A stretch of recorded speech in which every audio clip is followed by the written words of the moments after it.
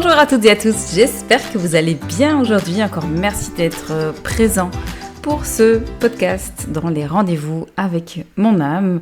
Pour rappel, je suis Sabrina, vous me retrouvez aussi sous l'éveil de Plumka sur Instagram et YouTube principalement, bien que vous pouvez aussi me retrouver sur Facebook. Alors, dans cette nouvelle partie, on est à la 5e partie.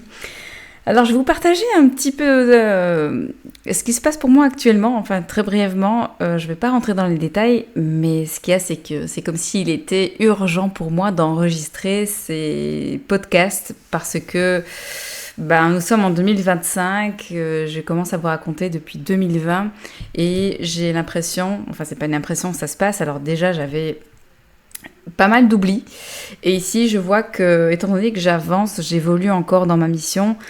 C'est comme si ma mémoire commençait à s'effacer. J'ai vraiment beaucoup de mal à me souvenir et mettre des mots sur ce que j'ai traversé. Il y a eu tellement de choses d'une part, et puis d'une autre part, c'est comme si, étant donné la connexion qu'il y a avec mon âme que vous découvrirez plus tard, elle fait le tri de ce qui est utile ou pas. Ce qui explique aussi une partie de tout ce qui est passé et qui n'est plus utile aujourd'hui, qui n'est pas fondé, qui n'est pas vérité, qui n'est pas amour, n'a plus rien à faire dans ma mémoire, entre guillemets. Donc c'est difficile pour moi de me souvenir parfois de mes propres expériences. Et c'est vrai qu'en voulant faire ce podcast, je me suis dit mince, mais qu'est-ce qui s'est passé encore ? Je m'en souviens dans les grandes lignes, mais c'est vrai que, là ça fait déjà 3 ans que je suis partie en Inde, et même si j'ai les grandes lignes qui sont toujours présentes, j'ai peut-être oublié énormément de détails du pourquoi, du comment, etc. Donc je vais faire le maximum, toujours avec tout mon cœur, pour vous partager cette péripétie en Inde. Donc précédemment, je vous racontais que j'incorporais un esprit, en tout cas, un esprit d'une lamo. Donc pour rappel, une lamo est une chamane qu'on retrouve au Ladakh. Les hommes portent un autre nom, plus du style médecin, mais ce sont vraiment les femmes qui vont incorporer les esprits, donc les lamos. Je vous invite à aller regarder, peut-être que vous en découvrirez une vidéo ou l'autre sur YouTube.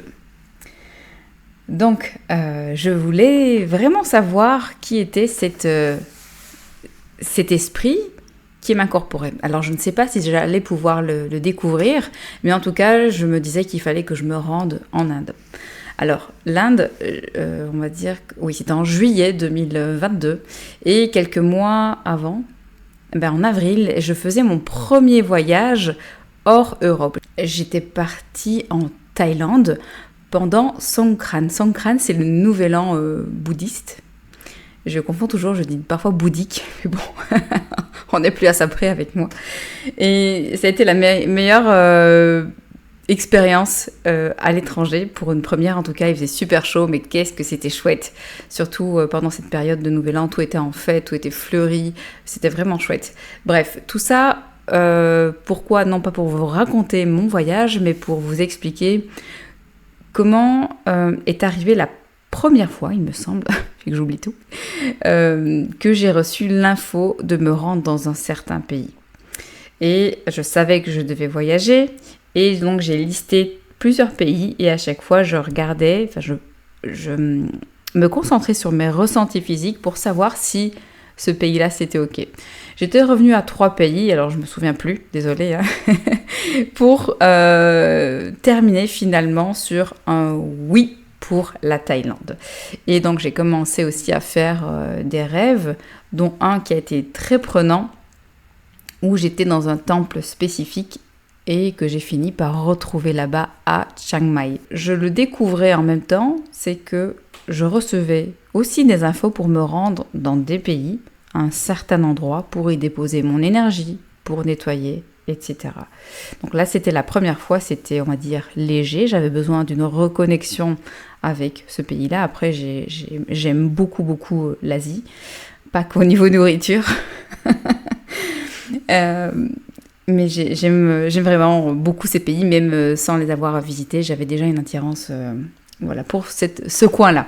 Et entre-temps, en plus de ce voyage, j'avais déjà commencé à chercher des infos sur comment me rendre au Ladakh. Donc j'avais contacté une personne que le groupe chamanique dans lequel j'étais connaissait et je lui avais dit écoute, moi il se passe ça dans ma vie, je fais des incorporations, je veux rencontrer des lameaux, je veux pas un voyage avec des personnes qui vibrent pas sur ce que je fais parce que j'ai vraiment besoin d'être dans mon monde, dans mes compréhensions, et quitte à voyager seule avec un guide, je suis partante. Et là, il me dit, écoute, il reste une place, j'organise un voyage plus ou moins de ce type, avec des personnes assez ouvertes, donc regarde le programme, si ça te va, on s'arrange. Et en effet, ça me convenait. Et ce qu'il y a, c'est que je voulais rencontrer une chamane spécifique. Et il a été très difficile de retrouver cette dame. Jusqu'à ce que finalement, une dame me contacte et me dise « Écoute, on a trouvé la chamane que tu recherches. Par contre, elle ne pratique plus parce que son mari est malade et qu'elle ne fait plus venir de personnes chez elle. Parce qu'une lamo reçoit chez elle, soit tout le monde est dans la même pièce et chacun passe, ça prend 5-10 minutes, parfois peut-être plus, pour le soin. Et puis hop, la personne dégage, clairement, hein, parce que l'esprit est assez costaud, strict et pas du tout dans la douceur. Vous pouvez le voir si vous trouvez des vidéos sur YouTube que j'ai déjà vues et vous jugerez pas vous-même. Donc cette personne ne recevait plus pour ces raisons-là parce que c'est aussi fatigant de faire des incorporations. Bref. D'accord, bon, un point positif, c'est qu'on l'avait retrouvée. Si elle ne pouvait pas incorporer un esprit pendant que j'étais là, c'est pas grave. Moi, j'espérais déjà au moins la voir, quitte à trouver une autre chamane qui aurait pu m'aider. 2 jours avant le départ, j'entends qu'il y a des inondations. Le même jour, j'ai une personne du groupe qui me contacte, et ce sont 2 filles qui sont parties une semaine avant moi en Inde, pour commencer un autre trek. Elle, c'était un peu plus sportive, ce qui n'était pas mon cas.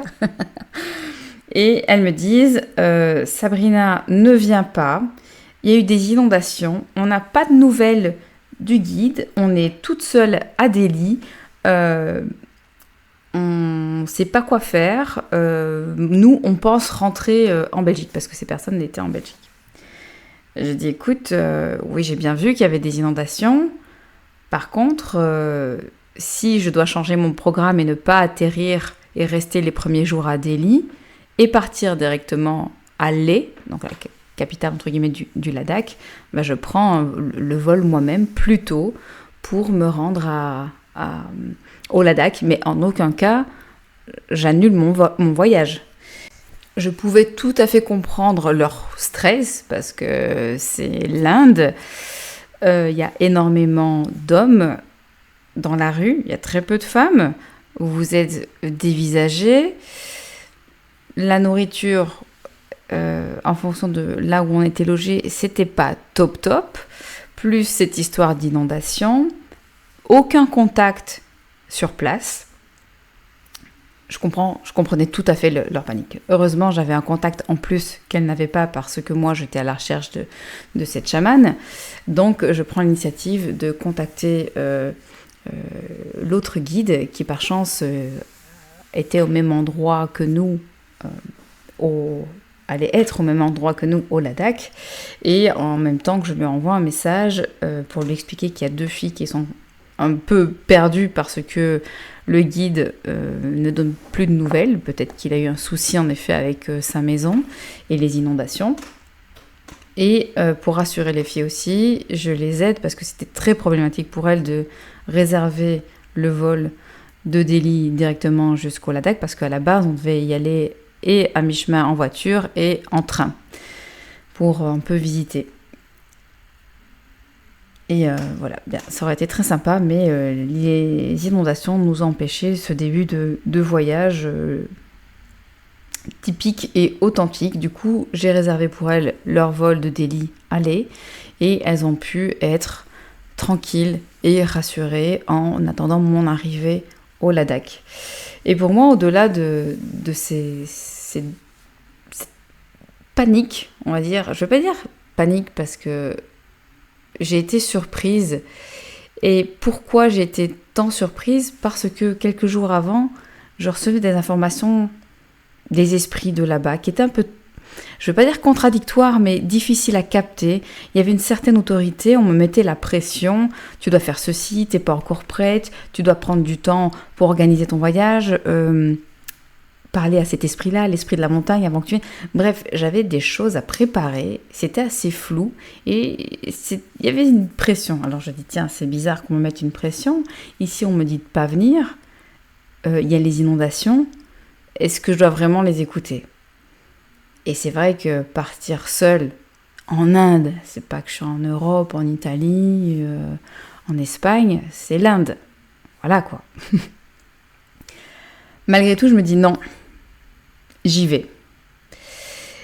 Et en parallèle à ça, je m'étais aussi retirée du groupe, du cercle de chamanisme. Ça avait commencé à coincer, donc je m'étais éloignée.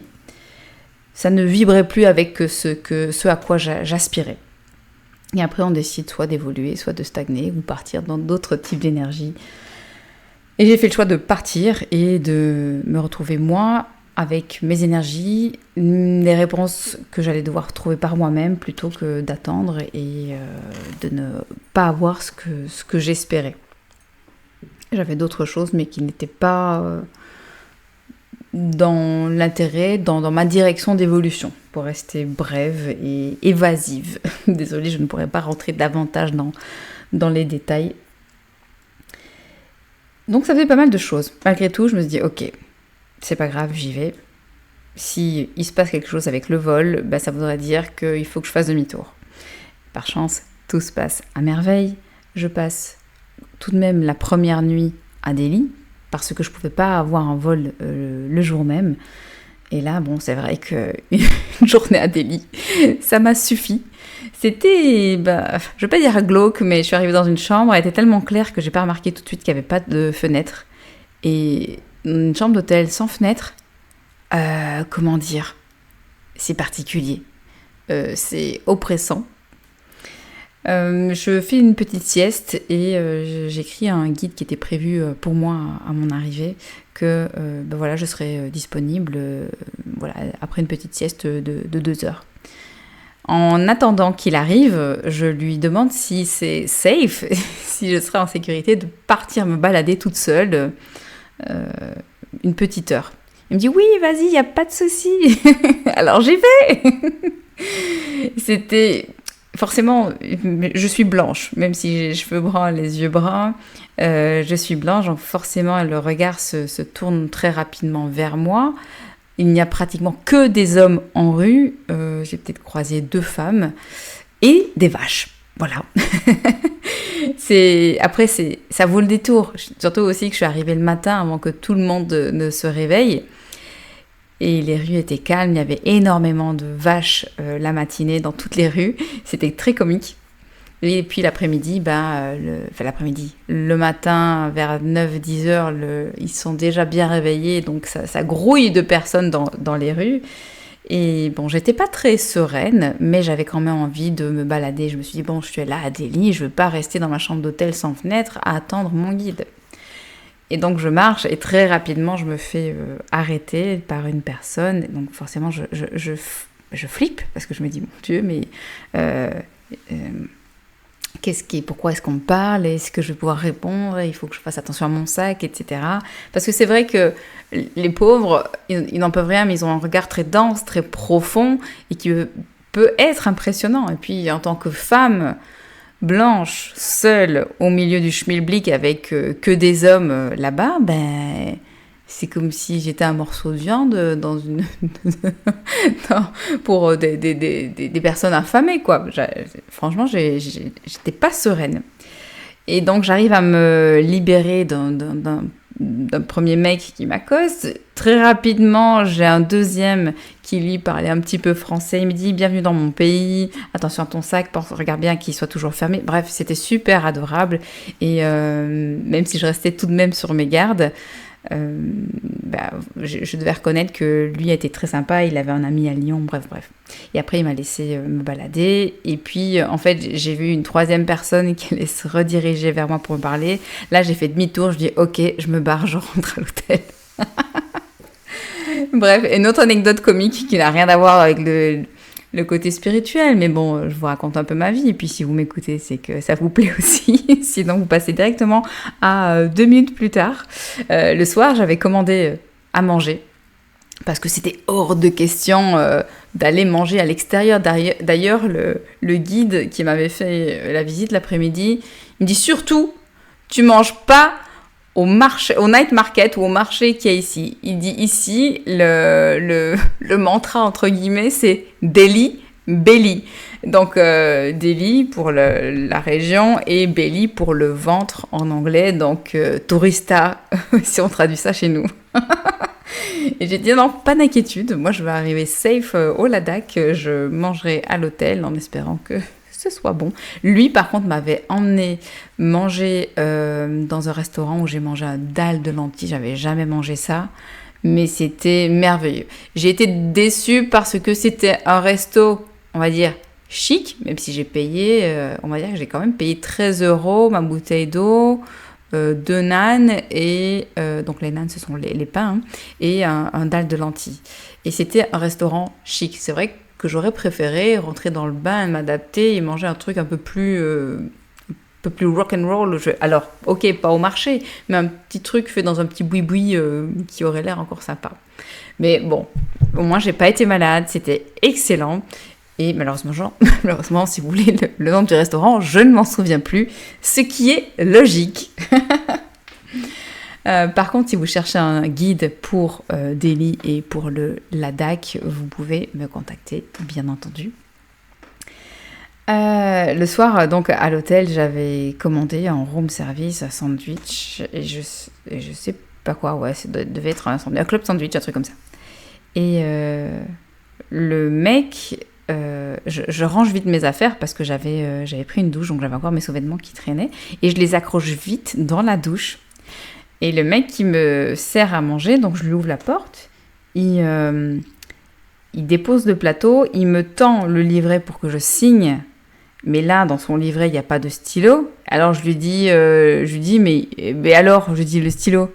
Et il me regarde avec sa tête qui dodeline de droite à gauche, là, pour dire oui, mais non, en fait. Ok, j'ai dit, j'ai compris, je prends mon stylo. Et en fait, pendant que je cherche mon stylo, je me retourne, je vois le mec dans la douche, habillé bien entendu, mais il était en train de regarder partout. Et alors j'étais mal à l'aise parce que j'avais laissé mes sous-vêtements dans la salle de bain. Et il me dit ça va, tout se passe bien? Je dis oui, tout se passe bien. Voilà, je dis merci beaucoup, au revoir. Et je le mets dehors, quoi. Je mange, je le rappelle plus tard pour qu'il vienne récupérer le plateau. Et il prend le plateau et pareil, le mec il veut plus partir, il me regarde, il attend que je fasse la conversation et du coup vu que je dis rien, il me dit oh, you're very beautiful. Ah ouais, beautiful. Je lui dis ok, je lui dis thank you, good night. Et donc je lui dis ok, merci, bonne nuit. J'ai fermé la porte. Et je lui dis ok, je ne sors plus et je ne mange plus jusqu'à demain, jusqu'à ce que mon chauffeur vienne me chercher et je me barre d'ici, quoi.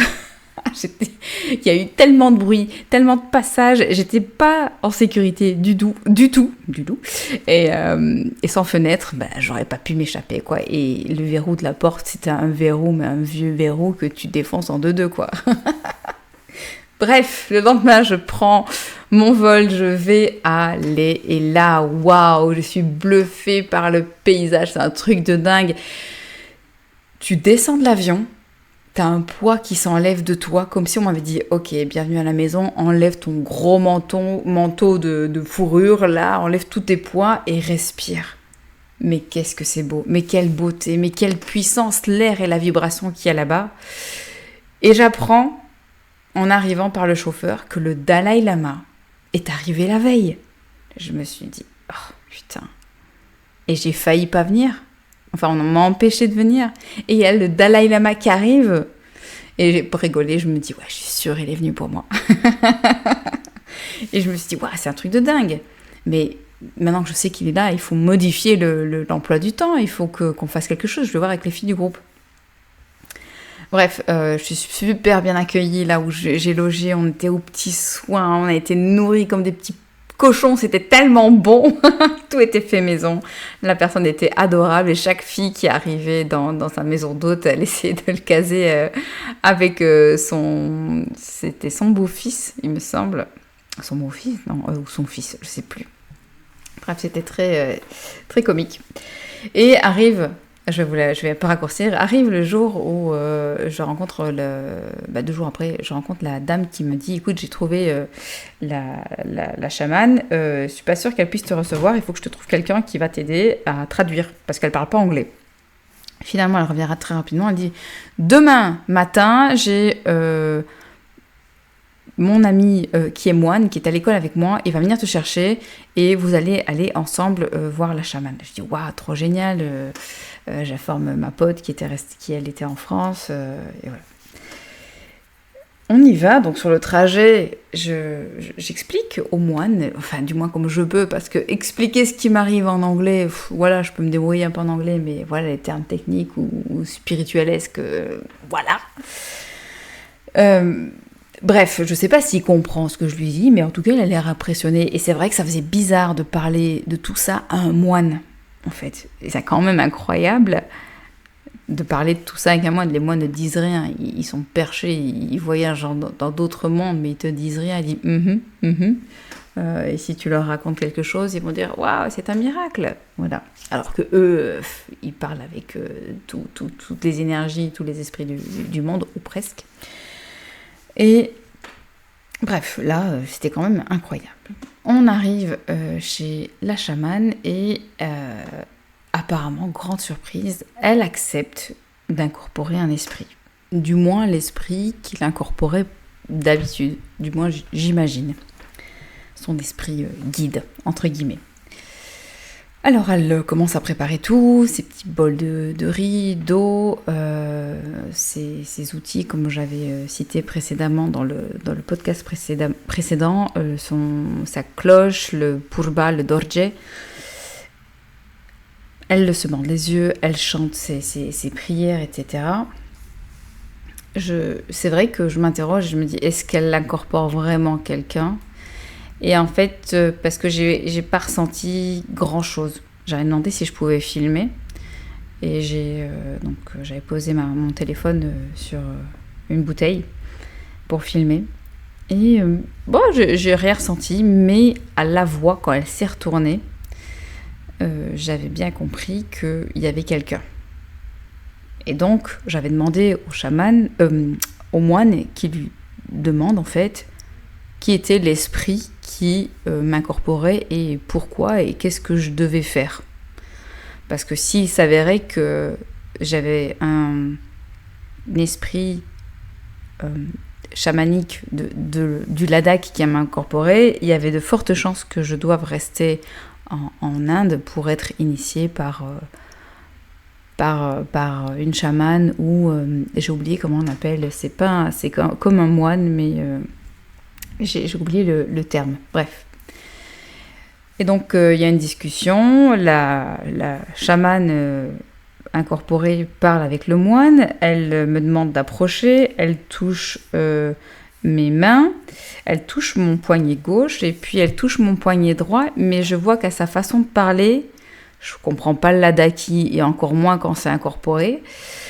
Par contre, il y a un truc qui me dit, ok, qu'est-ce qu'elle est en train de raconter ? Elle est en train de raconter qu'il y a un truc qui va pas.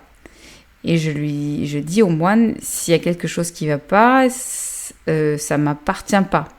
Il se peut qu'il y ait, sans rentrer dans les détails, qu'il y ait quelque chose qui soit connecté à moi. Et il me dit, non, t'inquiète pas. Ok. Donc elle continue son blabla avec une voix assez stridente. Là, c'était assez désagréable, mais j'étais, entre guillemets, habituée. Je savais à quoi m'attendre. Et donc ça se termine. Non. Avant que ça se termine, la chamane lui dit, l'esprit, je vais lui mettre une protection autour de son cou. il faudra qu'elle le garde toujours. Et donc, le moine me traduit ça, en fait. Et là, je me dis, mais moi, je peux pas avoir une cordelette au cou comme ça. Alors déjà, je comprends pas parce que elle me l'avait serré à ras du cou. Je dis, moi, avec mon travail à l'hôtel, je peux pas avoir de collier, et encore moins en forme fait avec des fils de laine torsadés multicolores autour du cou, quoi. À Monaco, ça passe pas, ça.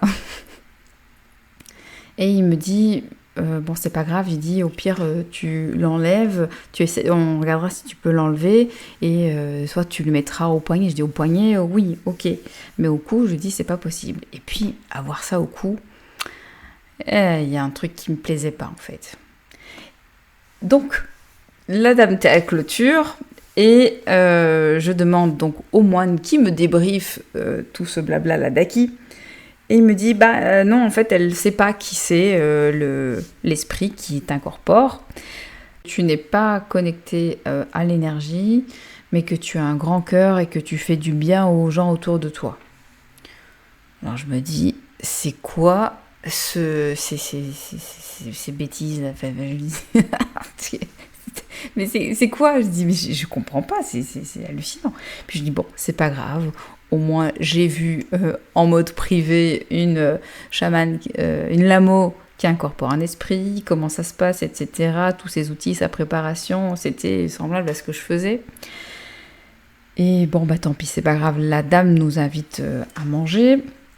Je lui fais quand même une offrande pour le temps qu'elle a pris.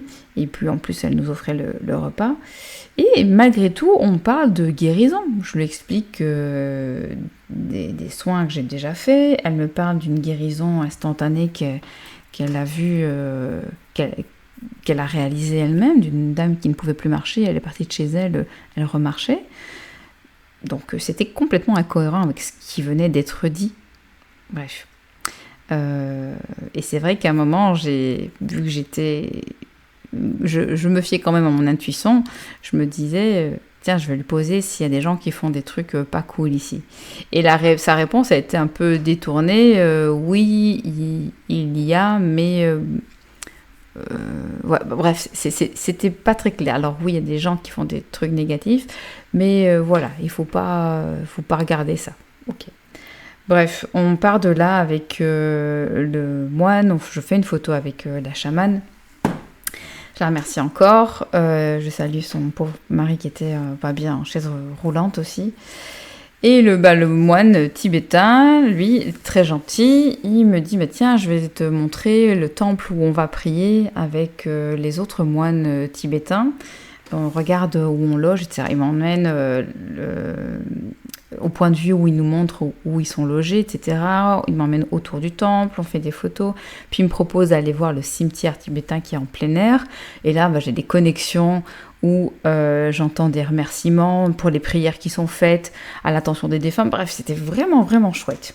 On part acheter, comment on appelle les petits drapeaux? Voilà, j'ai encore oublié le nom. Les petits drapeaux multicolores avec les prières qui sont inscrites dessus en sanskrit, et il me dit, tiens, on va en mettre un. Donc on en met un sur le chemin qui mène ou qui permet de redescendre du temple tibétain où ils vont prier. Et il dit, tu vois la montagne là-haut, j'irai dans quelques jours mettre ce drapeau pour toi avec tes prières, et je sais plus ce qu'il m'avait fait écrire dessus me concernant. Bref, c'était génial. Même si la matinée est un peu particulière avec la chamane, c'était génial. Le soir, je rentre... je rigole tout le temps, parce que je rigole tellement, c'est gros et incroyable. Je rentre dans là où je logeais, et je vois l'autre guide qui m'avait trouvé la chamane. Elle vient de trouver dans ma chambre. Elle dit, alors, comment ça s'est passé? T'as eu tes réponses? Elle était tellement impatiente pour moi, et je lui dis, écoute, je sais pas, c'était bizarre. Je lui dis, tiens, tu vas juger par toi-même, tu vas écouter ce qui a été dit, parce que elle comprend un peu le ladaki, même si elle n'est pas vraiment de là. Et au fur et à mesure, déjà quand je prends mon téléphone, je vois que le téléphone a fait plus de 70, plus de 70 captures d'écran de la transe que la chamane était en train de traverser. Donc déjà, j'ai pas compris. Et puis, il y avait l'audio qui a pas duré beaucoup, finalement, enfin, vidéo qui a pas duré beaucoup. Et la guide me dit, et au fur et à mesure de son écoute, en fait, je vois son visage qui se décompose. Elle me dit, Sabrina, ils t'ont dit quoi? Je lui dis, ils m'ont dit que rien, quoi, que j'avais un grand cœur et que je ferais du bien autour de moi, à mes proches, et que voilà, quoi, mais elle m'a rien dit de ce que j'attendais en réalité, donc je trouve un peu ça nul pour une chamane, et en plus je fais le déplacement pour ça, quoi. Et elle me dit, je vais le faire écouter à celle qui nous héberge. Mais pour moi, elle dit pas du tout ça. Elle dit que t'as aucun pouvoir, t'as aucune capacité, que t'as un tout petit cœur. Bref, que j'ai rien à l'intérieur de moi, que je suis personne, mais dans le sens, je suis pas quelqu'un, entre guillemets, avec une importance. Mais c'était pas possible. Je lui avais expliqué à la guide là, qui me parlait, je lui ai dit, mais tu t'es bien rendu compte qu'avec tout ce que je t'ai raconté de ce qui s'est passé dans ma vie, c'est pas possible que je n'ai rien. Elle dit, non, elle dit, c'est pas possible, il y a un truc qui va pas, etc. Elle dit, ce soir, après le repas, on le fait écouter à l'autre et on voit ce qu'elle comprend. Et elle, en fait, l'autre, entre guillemets, elle était contente dans le sens où elle était ravie que j'ai aucun problème de santé, en réalité. Mais elle n'était pas au courant et je voulais pas chercher à lui expliquer ce que je faisais dans l'énergétique ou ce que j'avais traversé. Et là, bien gentille, la guide, elle me dit, écoute, étant donné que pour l'instant vous êtes toujours avec nous et que on n'a pas encore de nouvelles de votre guide, demain, moi avec mon groupe, je vais voir ma chamane. Et cette chamane-là, je suis sûre qu'elle pourra t'aider. Ce que j'ai oublié de vous dire aussi, c'est que dès que je suis arrivée à Delhi, j'ai commencé à tomber malade, fièvre, angine, otite. Et au fur et à mesure des jours, ça s'empirait. Et je discute avec les filles de mon groupe, surtout une, et je lui dis, écoute, il s'est passé ça. Elle me dit, mais c'est un truc de dingue, c'est pas normal. Je lui dis, attends, je vais contacter mes amis en France parce que c'est trop louche. J'en contacte une et je lui dis, écoute, ils m'ont mis ça autour du cou. Et elle me dit, non, mais elle dit, je voulais pas te déranger parce que t'étais en Inde, mais moi je me fais attaquer dans mes rêves. Enlève le truc que t'as autour du cou, débarrasse-toi de ça et du foulard, parce qu'à chaque fois qu'on rentre chez une personne, on nous met un foulard d'accueil, entre guillemets, il y a un échange de foulard qui se fait. Elle dit, vire tout, elle me dit, va tout jeter. Et donc, je parle à ma copine de chambre, je dis, écoute, on va se balader, on va mettre tout ça dehors. Je dis, est-ce que tu peux m'aider à couper le fil que j'ai autour du cou?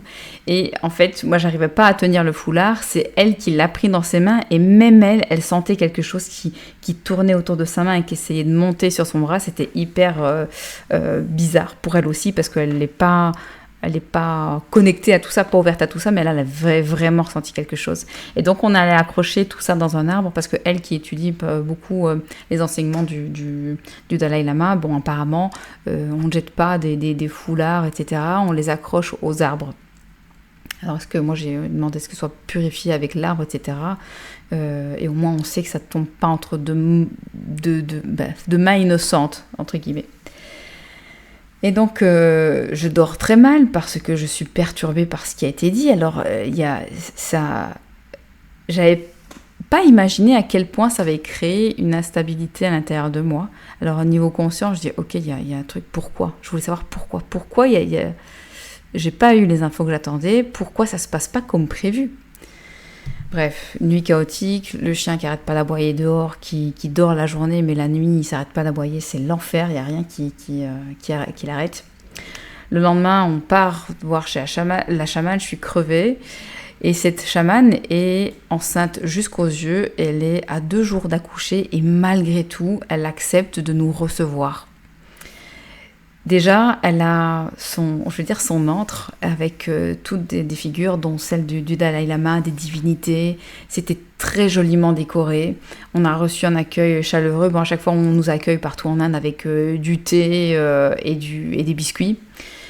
Et là, elle commence à rentrer en transe. Et avant, celle qui l'assiste nous expliquait que la veille, elle avait dû faire un soin au Dalai Lama pour sa jambe. Et parce que le Dalai Lama faisait aussi appel à elle. Et là, elle rentre dans une transe tellement forte que moi, je suis embarquée dans la transe. J'ai mon cœur qui, j'ai l'impression qu'il va sortir de mon corps. Et là, je sens que je pars, mon niveau de conscience augmente et je commence à pleurer énormément. Et j'entends clairement, ne doute jamais de qui tu es. Ne doute jamais de qui tu es. Et ça se répétait non-stop. Et je pense que les filles qui étaient avec moi ont dû se demander ce qui se passait parce qu'il n'y a rien, entre guillemets, n'avait commencé pour elle. Mais pour moi, j'avais déjà tout eu. Même si j'avais pas le temps d'aller voir la chamane parce qu'elle était enceinte et donc elle ne pouvait pas garder l'esprit longtemps en elle. Je me suis dit, ok, j'avais juste besoin de ça. Je sais pas d'où ça vient, mais je sentais que c'était tellement fort que non, j'allais plus douter de qui j'étais, de ce que j'avais à l'intérieur de moi. Peu importe ce qu'on me dise. Et là, la transe s'arrête. Il y a une première fille qui passe.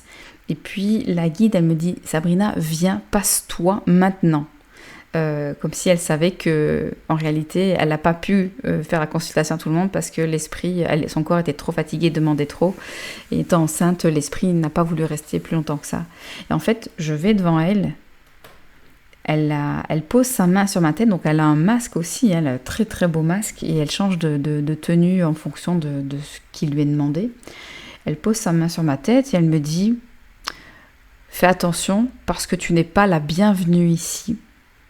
Il y a trop de jalousie autour de toi. Fais attention.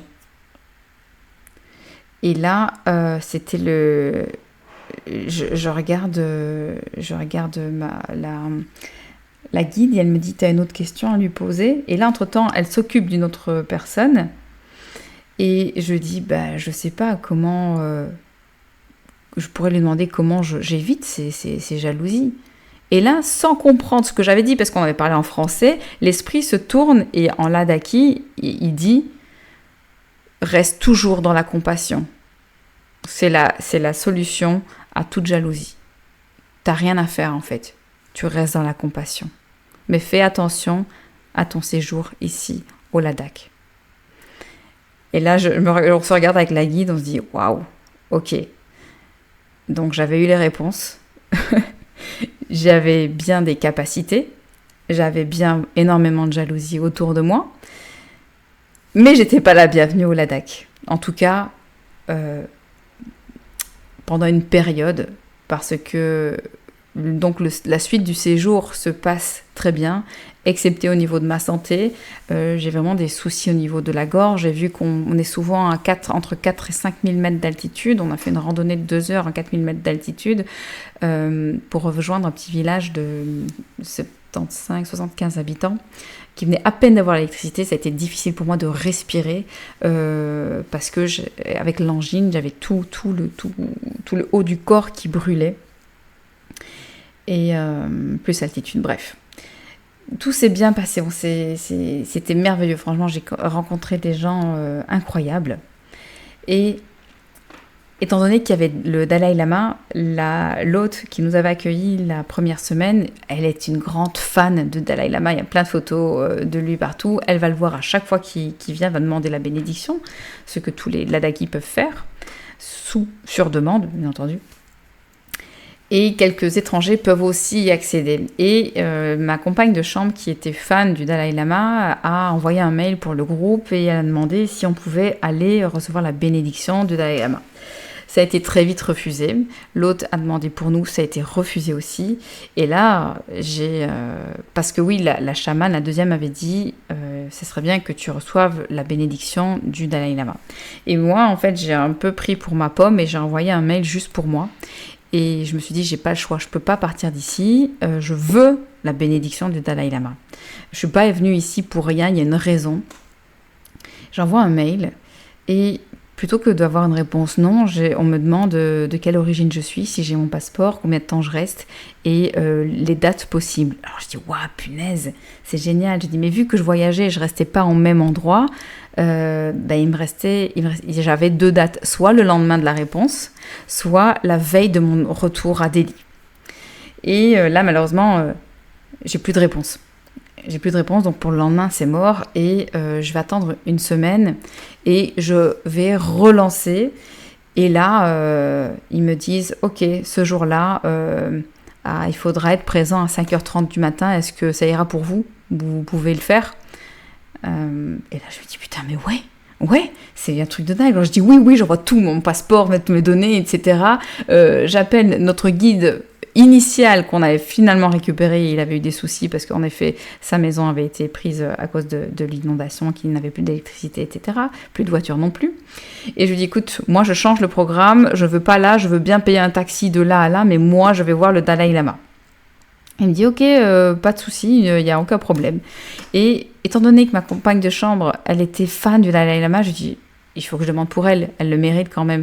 Moi, j'ai pris j'ai fait un peu l'égoïste, mais je savais, il y avait une raison qui me poussait à le faire.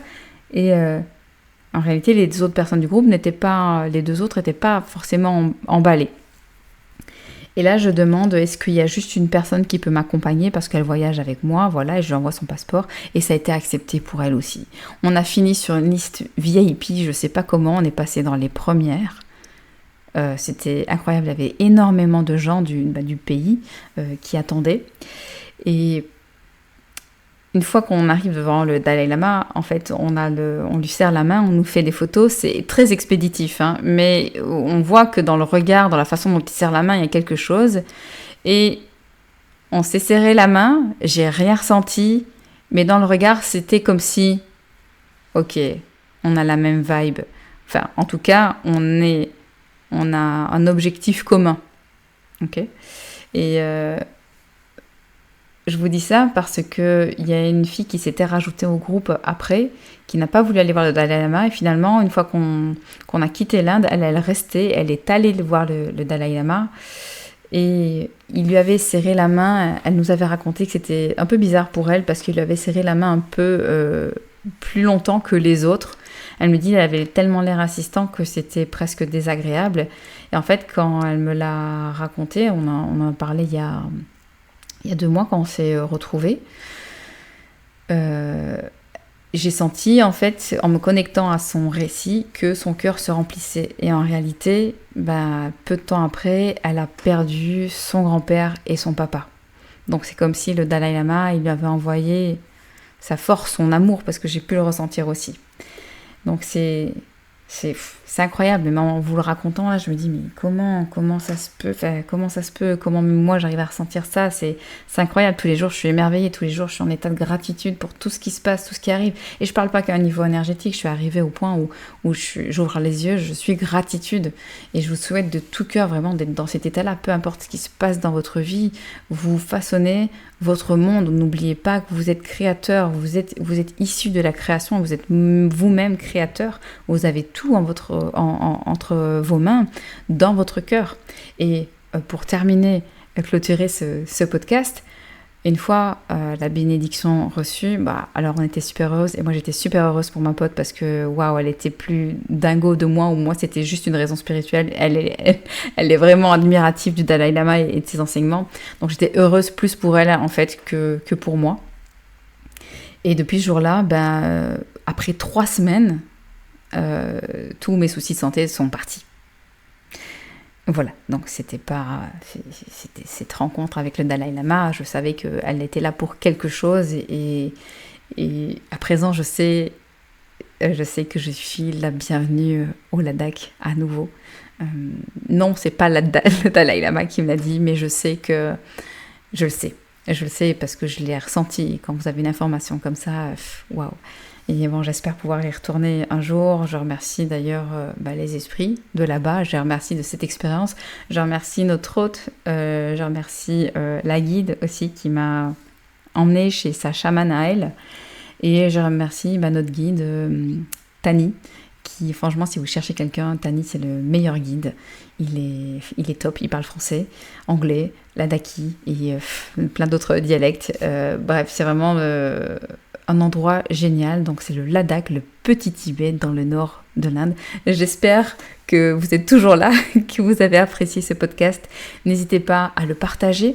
Vous le retrouvez aussi sur YouTube. N'hésitez pas à commenter, à partager ma page Instagram, YouTube et Facebook aussi. Je propose toujours des rendez-vous de soins énergétiques, ce qui va tendre à diminuer normalement en 2026, mais pour l'instant je suis toujours là.